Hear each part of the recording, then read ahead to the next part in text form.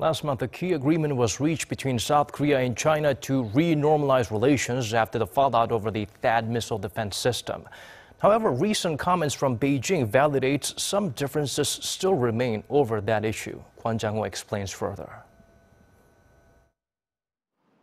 An official from South Korea's foreign ministry has admitted that there are some differences with China currently over the issue of the U.S. anti-missile system THAAD.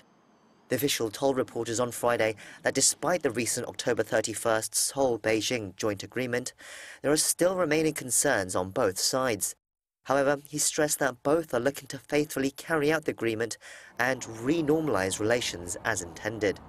This comes in light of recent statements and media reports from China that has urged Seoul to uphold what has been dubbed the 3 knots. China's Foreign Minister Wang Yi told his South Korean counterpart Kang Yong-hwa at a meeting on Wednesday, Beijing values Seoul's positions to not add to the existing THAAD system, to not participate in the US-led missile defense system, and not participate in a South Korea-US-Japan military alliance, as well as not harming China's security interests.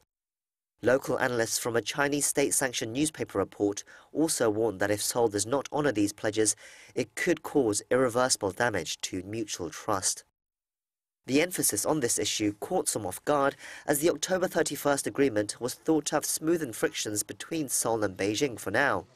The positive outlook on bilateral ties was further underscored by Chinese Premier Li Keqiang earlier this month when he met with President Moon Jae-in and said China and South Korea had reached some consensus in dealing with the issue of THAAD in the current stage.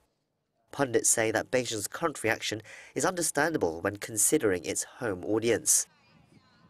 Now China has a domestic issue, difficulty to explain a sudden change of attitude to its own public.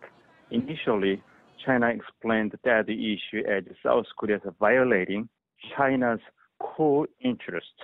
But then China actually lifted economic sanctions against South Korea, so that now China is in a very awkward position.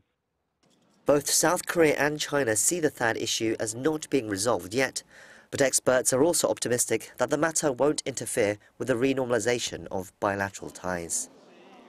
Kwon Jang-ho, Arirang News.